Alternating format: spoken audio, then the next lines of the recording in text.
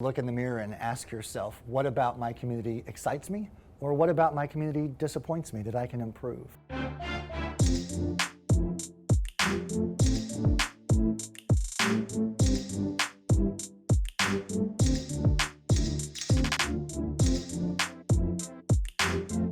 Okay, we're here today with Cory Phillips. We are so excited to have you interviewing with us today. It is great to be together in the Roberts Center with other people. Right? So Cory, as the Executive Director of the Roberts Center, tell me, what does your day-to-day look like? So the beauty of my role is that there's no 2 days that are the same. One day I might be working with our Kids Zone program with young people. Other days I might be here in the Roberts Center conducting a Crumley Roberts Employee Wellness Program.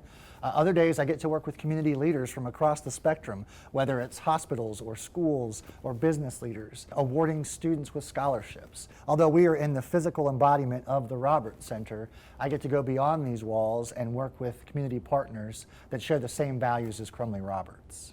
Other than being the Executive Director at the Roberts Center, tell me about your involvement with F3.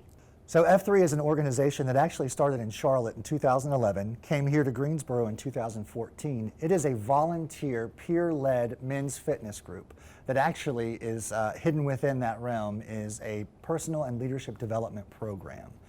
I get to serve as the regional leader for Greensboro. We have about 1,300 men on our roster, and we work out all across the city on any given day.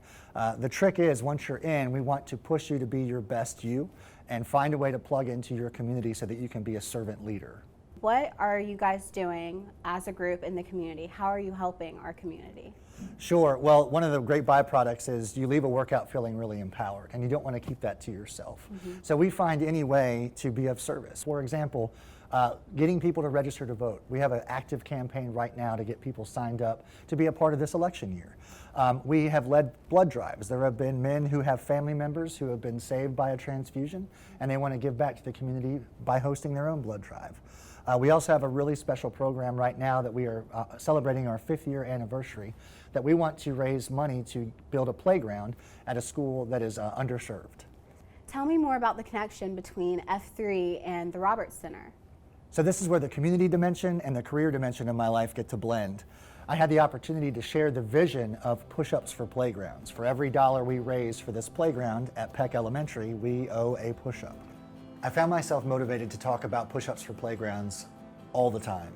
In fact, I had a conversation with Kim Roberts, and then she started asking questions, and before I knew it, we were both inspired by this idea of paying it forward.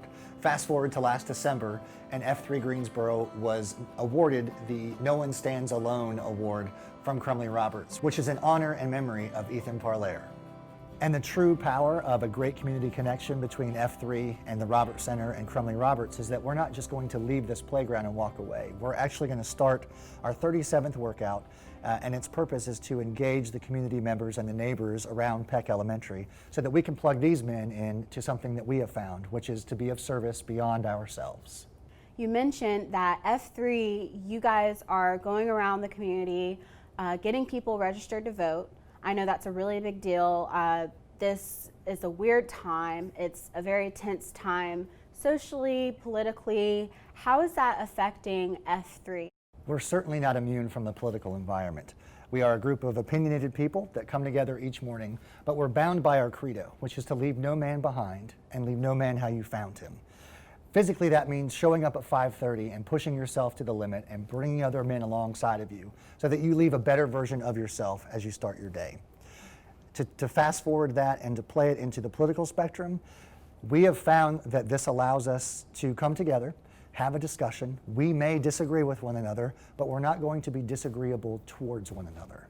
So, what advice would you have for someone who's looking to become a community leader? A very simple answer is to look in the mirror and ask yourself, what about my community excites me? Or what about my community disappoints me that I can improve? And I think within those 2 questions, you'll find your answer. Something's going to speak to your heart in one way or the other, and I would encourage anybody to get after that voice and find a way to improve or to celebrate within their community.